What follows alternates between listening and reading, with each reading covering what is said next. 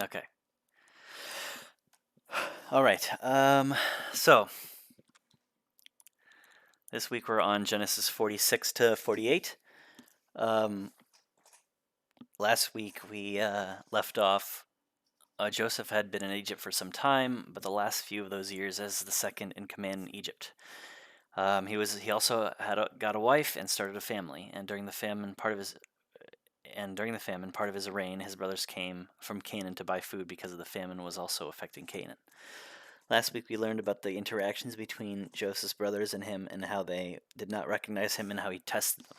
We also learned how he revealed himself to them at the end after they demonstrated a change of heart, not willing anymore to forsake a brother out of jealousy and selfishness. Chapter 45 ended with Jacob being revitalized by news of Joseph being alive and well, and that he can go see him before he dies. All right. Go to the Bible Study React channel. Not yet. Let me delete them all. All right. All right. Now the react to Mark's message with the hedge emoji if you want to be called on to read.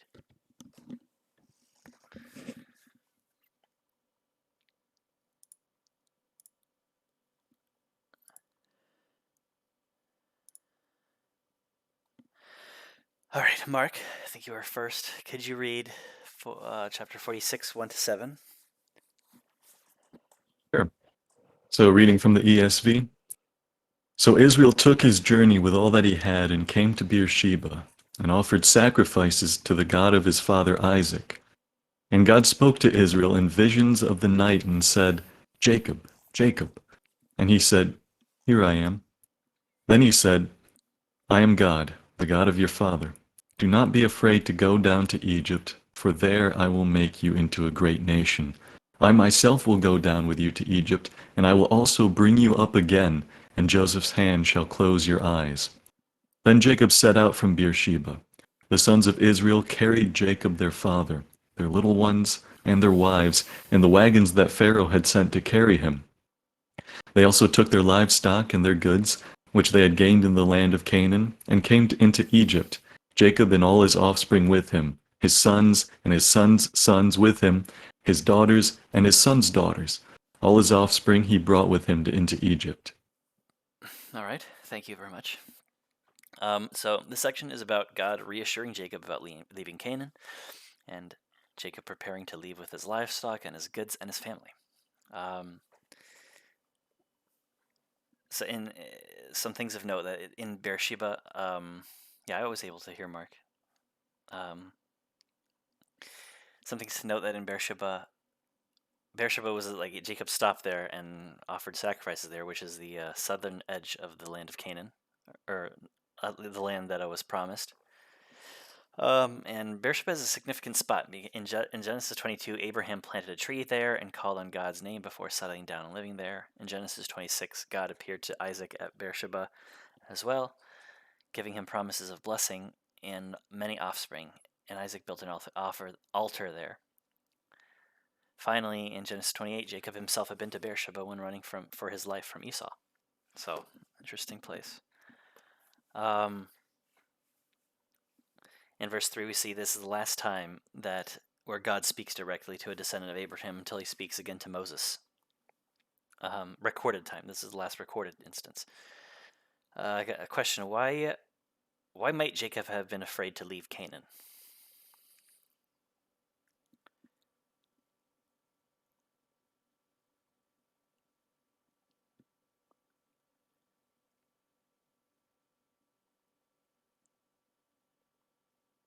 I guess, um, assuming positive intentions and things like that, he could be afraid because Canaan was the land that he and his descendants were promised. And usually bad things happened when one of his forefathers left the land of Canaan. Yes. The unknown. Emily also said the unknown. Yeah, I would agree with Mark. Yeah. All right. So, anybody want to read, or I don't know, not anybody. The next person is Trinity. Trinity, could you read verse 8 to 27?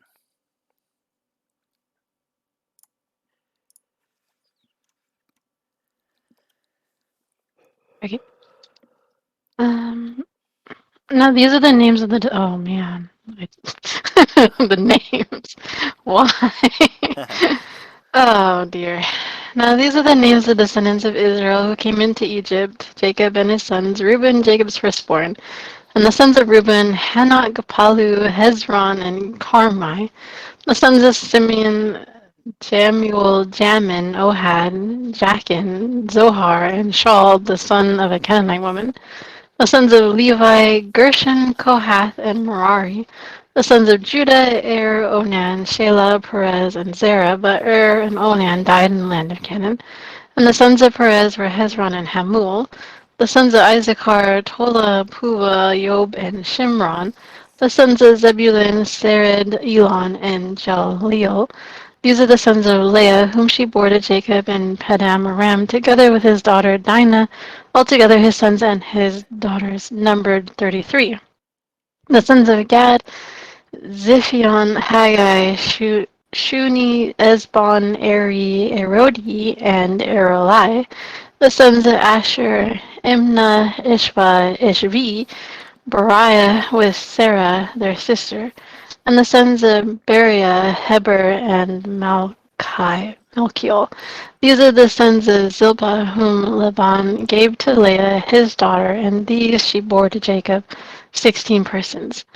The sons of Rachel, Jacob's wife, Joseph and Benjamin, and to Joseph in the land of Egypt were born Manasseh and Ephraim, whom Asenath, the daughter of Potipharah, the priest of On, bore to him.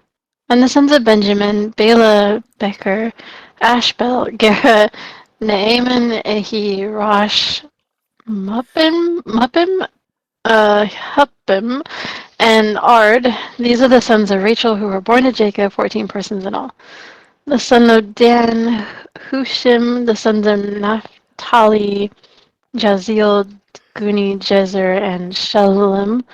These are the sons of Bilhah, whom Laban gave to Rachel his daughter, and these she bore to Jacob, 7 persons in all. All the persons belonging to Jacob who came into Egypt, who were his own descendants, not including Jacob's sons' wives, were 66 persons in all. And the sons of Joseph who were born to him in Egypt were 2. All the persons of the house of Jacob who came into Egypt were 70. All right, great. Um, so this section is about the family of Jacob that travels to Egypt. So why list? Yes, why list all these people when why do you think all these people are listed in the Bible? Why not just list the line of Judah?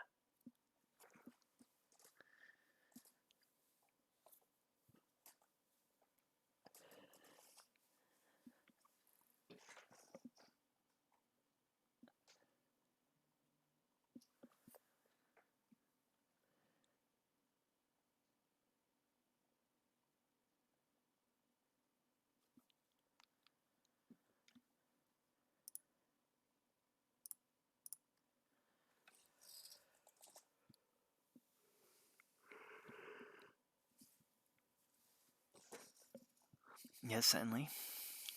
Okay, these are the 12 tribes. Yeah, yeah. This yeah, Moses wrote this book, and I guess the first audience would be the tribes coming out of Egypt with Moses. So it would be important for them to know their ancestry and where they fit in all of this. Um, they would probably be able to trace their lineage to some of these people in this story. So yeah, good answer, Emily. Okay, who's next? Beget. Beget, could you read 46:28 to 34? Chapter 46, verse 28 to 34. Just the rest of the chapter.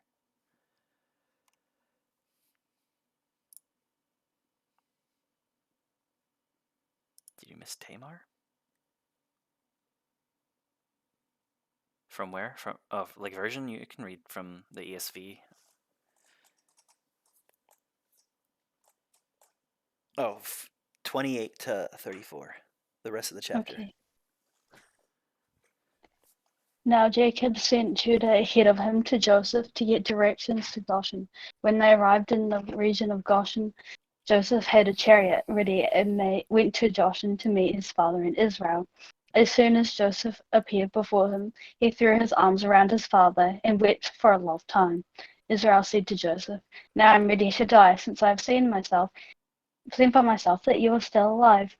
Then Joseph said to his brothers and to his father's household, "I will go up and speak to Pharaoh, and I will say to him, my brothers and my father's household, who are living in the land of Canaan, have come to me.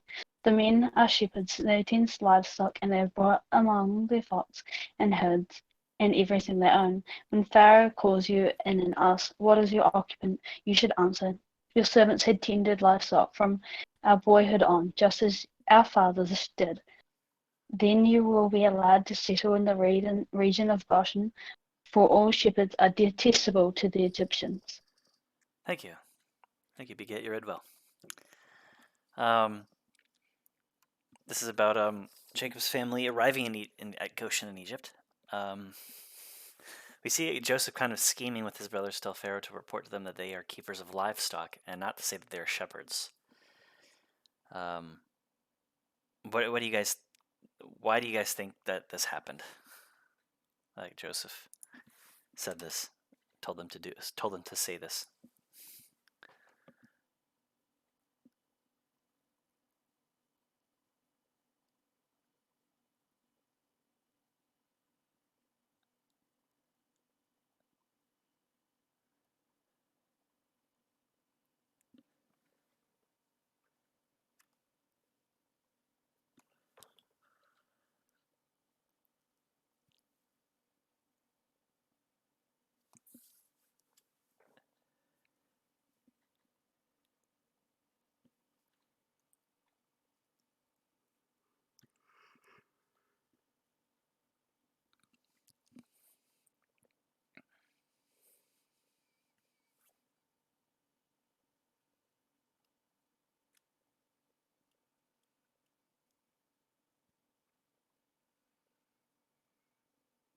Yes.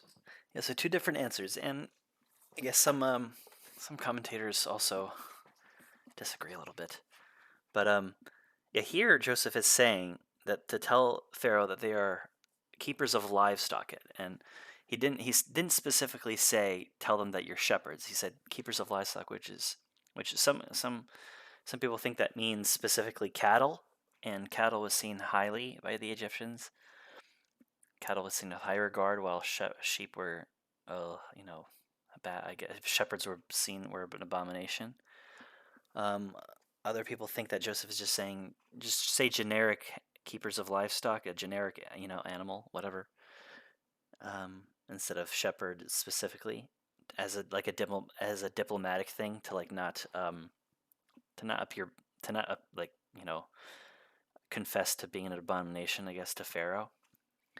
But yeah, others agree with you, Enley, that this was also strategic on Joseph's part to keep them separate, so that to ensure that Pharaoh would want to settle them in the land of Goshen separately from the rest of Egypt. All right. Chapter 47. Who's next? Back to Mark. Mark, could you read 1 to 12? Chapter 47, 1 to 12. Sure. So Joseph went in and told Pharaoh, "My father and my brothers, with their flocks and herds and all that they possess, have come from the land of Canaan. They are now in the land of Goshen." And from among his brothers he took 5 men and presented them to Pharaoh. Pharaoh said to his brothers, "What is your occupation?" And they said to Pharaoh, "Your servants are shepherds, as our fathers were." They said to Pharaoh, "We have come to sojourn in the land, for there is no pasture for your servants' flocks, for the famine is severe in the land of Canaan.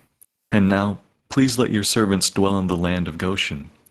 Then Pharaoh said to Joseph, "Your father and your brothers have come to you. The land of Egypt is before you. Settle your father and your brothers in the best of the land.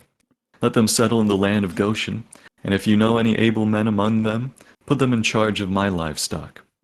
Then Joseph brought in Jacob his father and stood him before Pharaoh. And Jacob blessed Pharaoh. And Pharaoh said to Jacob, "How many are the days of the years of your life?" And Jacob said to Pharaoh, "The days of the years of my sojourning are 130 years. Few and evil have been the days of the years of my life, and they have not attained to the days of the years of the life of my fathers in the days of their sojourning." And Jacob blessed Pharaoh, and went out from the presence of Pharaoh. Then Joseph settled his father and his brothers, and gave them a possession in the land of Egypt, and the best of the land, in the land of Ramses, as Pharaoh had commanded. And Joseph provided his father, his brothers, and all his father's household with food, according to the number of their dependents. Awesome. Thank you. So yes, so in this section, Pharaoh interviews Joseph's brothers and Jacob. And we see that despite Joseph's request and warning about shepherds being an abomination, the Egyptians, they still proclaim to Pharaoh that they are shepherds as their fathers were. Like Emily said, some people think that this is what Joseph really wanted, that they confessed this so that Pharaoh wanted to keep them separate, to preserve their culture and identity as its separate peoples, and not be integrated and have their culture lost in Egyptian culture. And we see that in verse 4 that they describe themselves as having come to sojourn in the land. This is a kind of a fulfillment of the prophecy to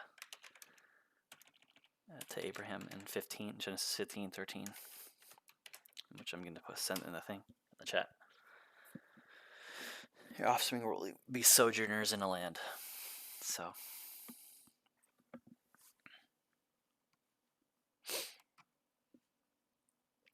All right, so in verse 9, Jacob said that his years have been few and evil. Do you guys agree? What do you guys think of that?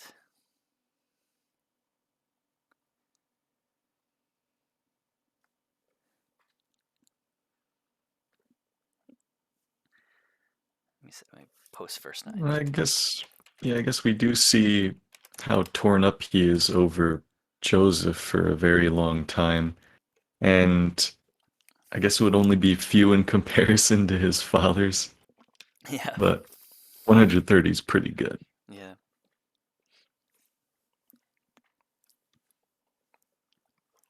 Yes. Any other thoughts? I have a blurb here. I'll read it as well.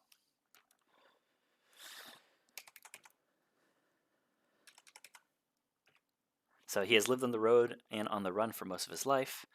While clearly guilty of sins of his own, he had been cheated, mistreated, and betrayed by his own family. A daughter was raped, a beloved wife died, and her son was thought to have been killed. Okay, Biblebot. Okay. A beloved wife died, and her son was thought to have been killed by a wild animal. He feels himself on the brink of death, some 50 younger than his own father died, 50 years younger. This apparently is the story of Jacob sees of his life. However, he could have also given another perspective on the same events. Jacob has been greatly blessed by the Lord. He escaped the brother who wished to kill him. He became enormously wealthy at the expense of a father-in-law who tried to cheat him. He was given 12 sons and dozens of grandchildren. He lost his son Joseph. His lost son Joseph was restored to him, and his family was saved from the brink of starvation.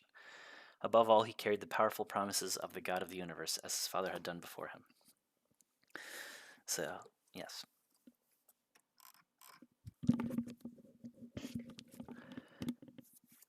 Yeah, he went through a lot, yes.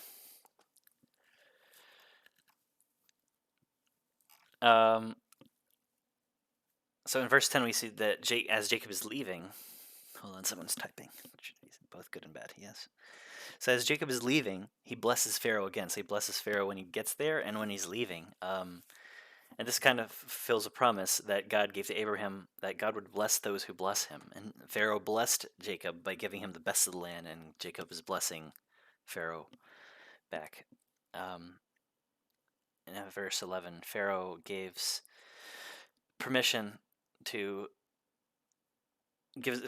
Joseph permission to settle Jacob's family in the best of the land, and Joseph carried this out. And Ramses, it says Ramses. He settled in Ramses. It's the same as Goshen. It's another name for it. Verse 12.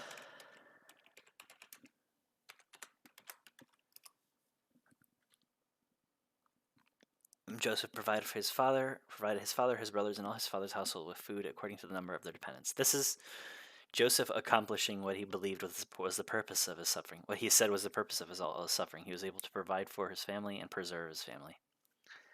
This is like a culmination of all of like Joseph's kind of a culmination of Joseph's suffering and purpose for all the suffering that he went through. All right, Trinity, could you read 47, 13 to 26?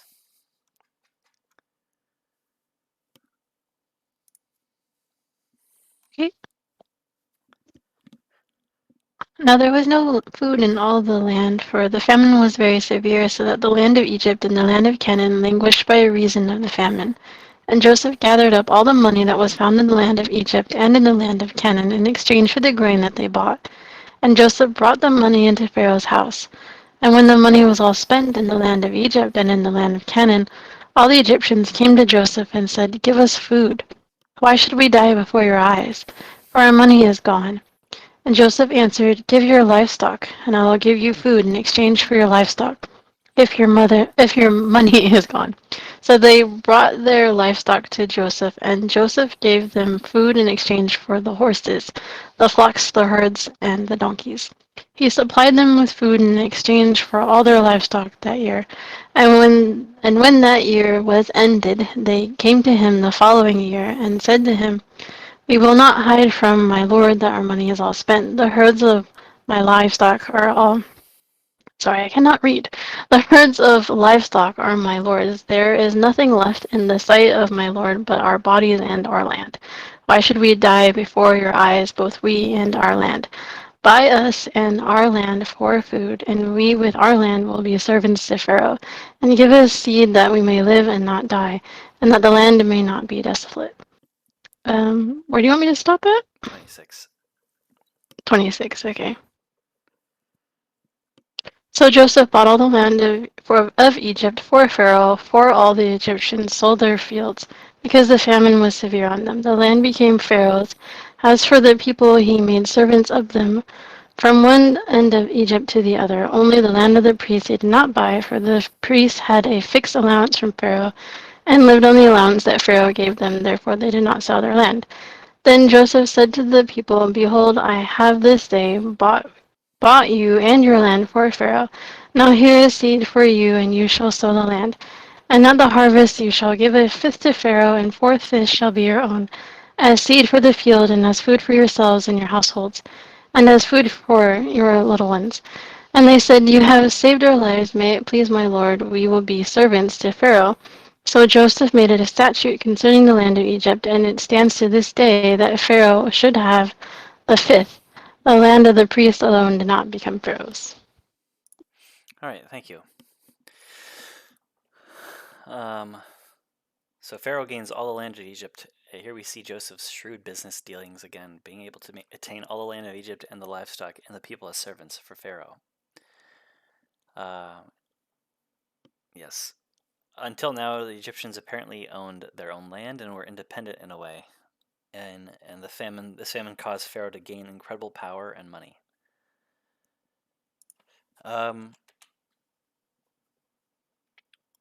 What do you think do you think the 20% income tax is basically an income tax? Do you think it was a good policy? What do you think about it? And like what Joseph did here?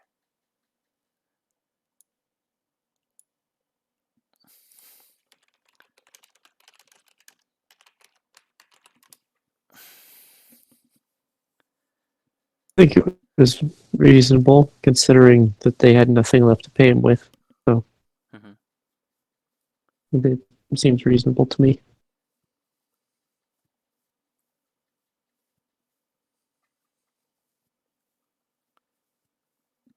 Yes.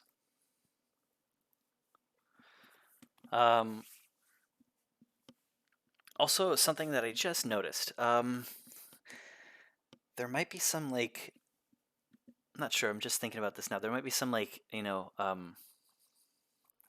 connection, or kind of like I'm forgetting the word, but like a connection between, the priests did not have did not have to pay the tax. They didn't have to sell themselves. They had a fixed allowance.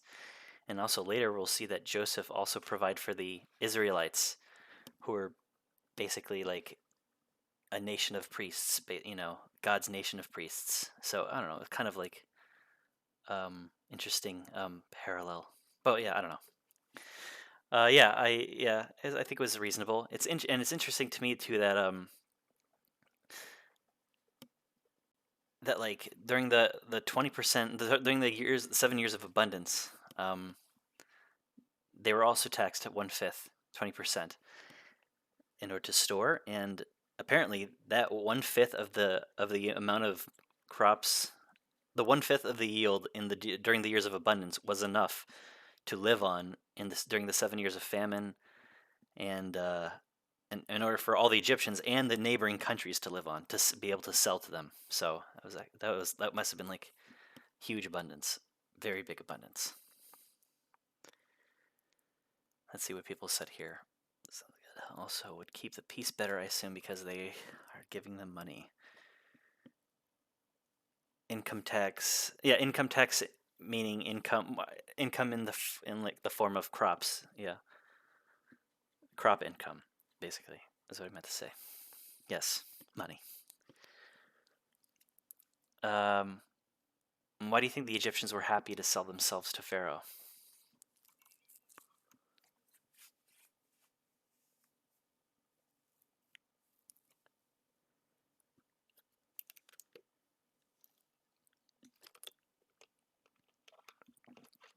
Yes, I guess. Yeah.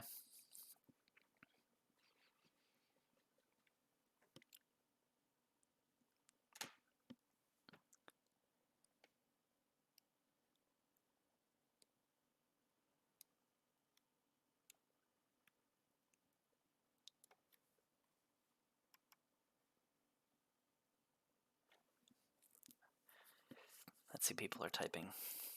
Yes, that is true.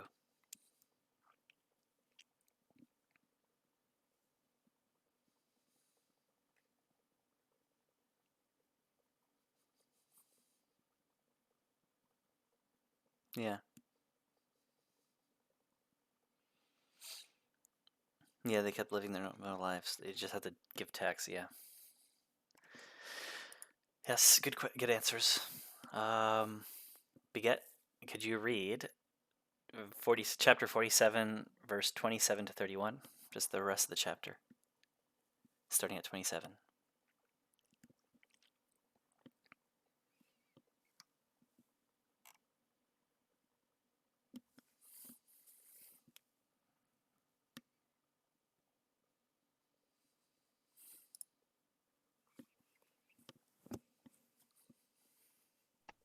Chapter 47 Yes. from 27? Okay. Now the Israelites settled in Egypt, in the region of Goshen. They acquired property there, and they were fruitful and increased greatly in number. Jacob lived in Egypt 17 years, and the years of his life were 147. When the time drew near for Israel to die, he called for his son Joseph and said to him, "If I have found favor in your eyes, put your hand under my thigh and promise that you will show me kindness and faithfulness. Do not bury me in Egypt, but when I rest with my fathers, carry me out of Egypt and bury me where they are buried." "I will do as you say," he said. "Swear to me," he said. Then Joseph swore to him, and Israel worshipped as he leaned on top of his staff. Interesting. My translation says, "Then Israel bowed himself upon the head of his bed," in the last verse. Interesting. Steph. Yeah, not that your translation is bad. It's just there are interesting differences.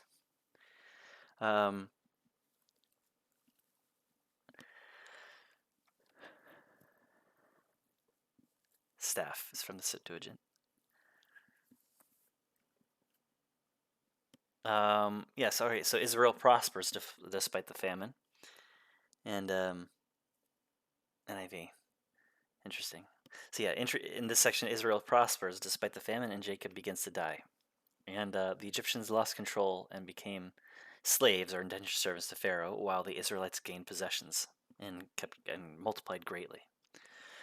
Um, we see a little bit of we see a little bit of Jacob's anxieties revealed here about leaving Canaan. He wants to make sure that he's buried back in Canaan and not buried in Egypt.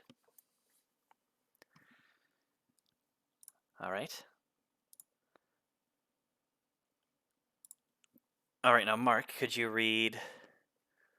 Oh, okay, that's the whole chapter. Let's do Mark and Trinity. Mark reads from 1 to 15, and then Trinity reads the rest from 16 onwards. All right. After this, Joseph was told, "Behold, your father is ill." So he took with him his 2 sons, Manasseh and Ephraim. And it was told to Jacob, "Your son Joseph has come to you." Then Israel summoned his strength and sat up in bed. And Jacob said to Joseph, "God Almighty appeared to me at Luz in the land of Canaan and blessed me, and said to me, Behold, I will make you fruitful and multiply you, and I will make of you a company of peoples, and will give this land to your offspring after you for an everlasting possession.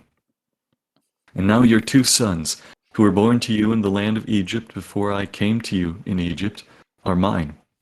Ephraim and Manasseh shall be mine, as Reuben and Simeon are, and the children that you fathered after them shall be yours. They shall be called by the name of their brothers in their inheritance. As for me, when I came from Paddan, to my sorrow Rachel died in the land of Canaan on the way, when there was still some distance to go to Ephrath.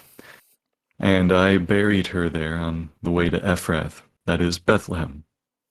When Israel saw Joseph's sons, he said, Who are these? Joseph said to his father, They are my sons, whom God has given me here. And he said, Bring them to me, please, that I may bless them. Now the eyes of Israel were dim with age, so that he could not see. So Joseph brought them near him, and he kissed them and embraced them. And Israel said to Joseph, I never expected to see your face, and behold, God has let me see your offspring also. Then Joseph removed them from his knees, and he bowed himself with his face to the earth. And Joseph took them both, Ephraim in his right hand toward Israel's left hand, and Manasseh in his left hand toward Israel's right hand, and brought them near him. And Israel stretched out his right hand and laid it on the head of Ephraim, who was the younger, and his left hand on the head of Manasseh, crossing his hands, for Manasseh was the firstborn.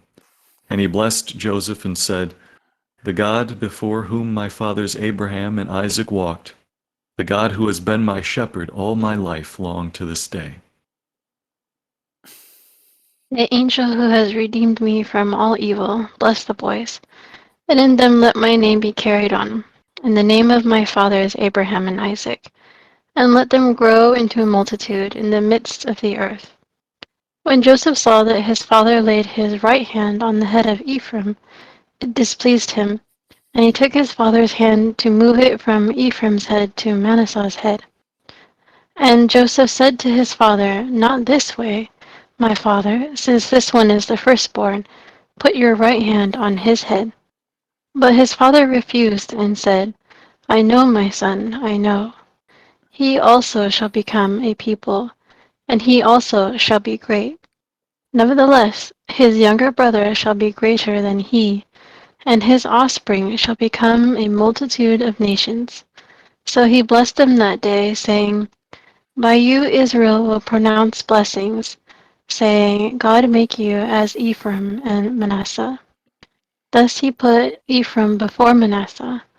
Then Israel said to Joseph, Behold, I am about to die, but God will be with you, and will bring you again to the land of your fathers.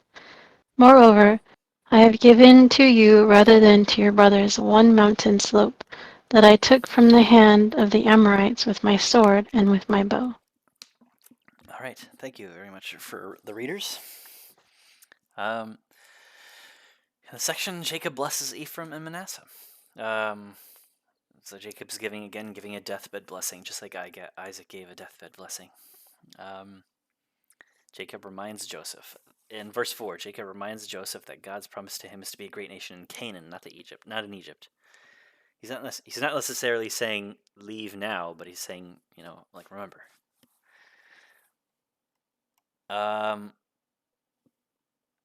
Yes.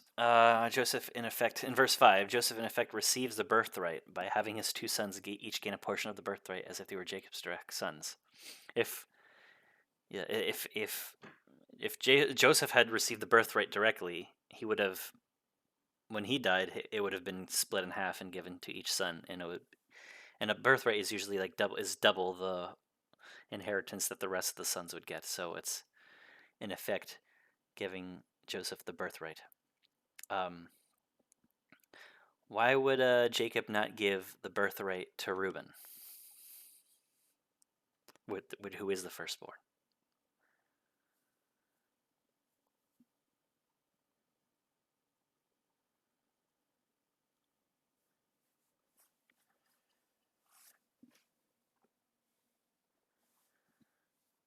Yes. Yes.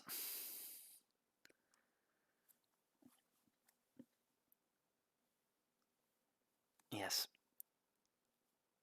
Yes. Exact. Yep.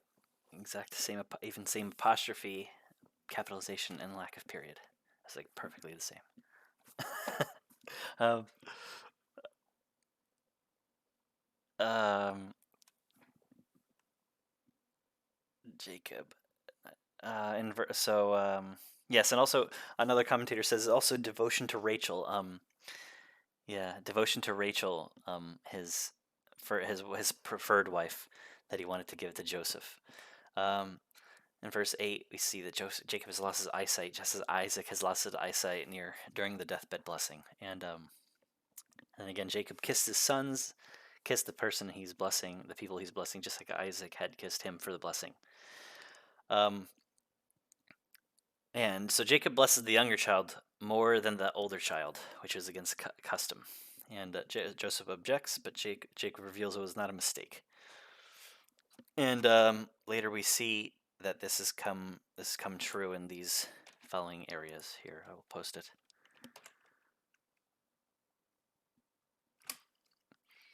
Ephraim became the leading tribe of the northern kingdom,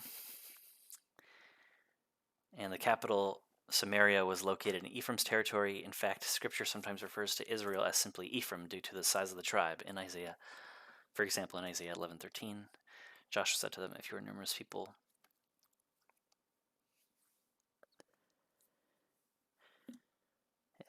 Should I read it? Yeah, I'll read them. Okay. In Joshua 17:15, and Joseph said to them, "If you are a numerous people, go up by yourselves to the forest, and there clear ground for yourselves in the land of Perizzites and Rephaim, since the hill country of Ephraim is too narrow for you." And when he arrived, he sounded the trumpet in the hill country of Ephraim. Then the people of Israel went down with him from the hill country, and he was their leader.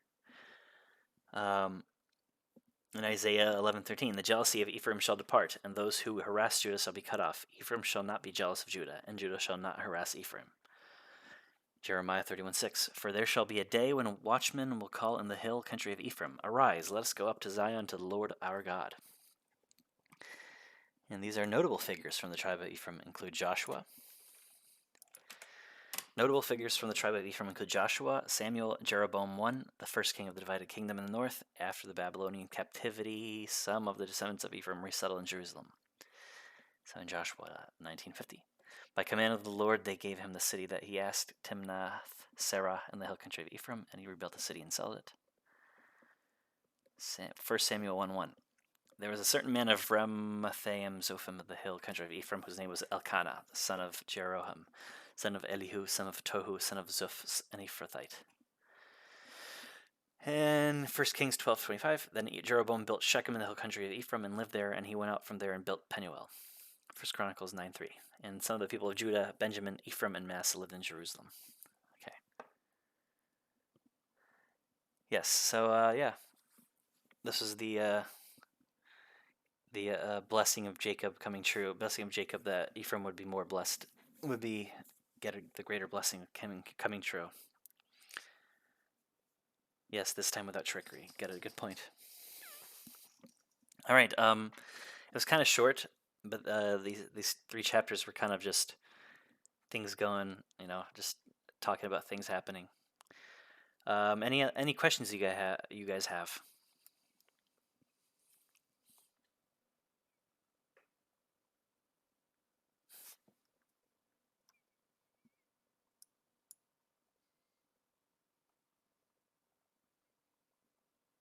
Any questions or comments?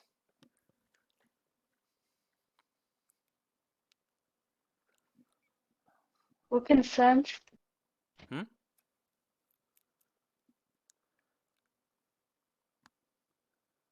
Thank you, Emily. Concerns, yes, concerns. Questions, comments, or concerns?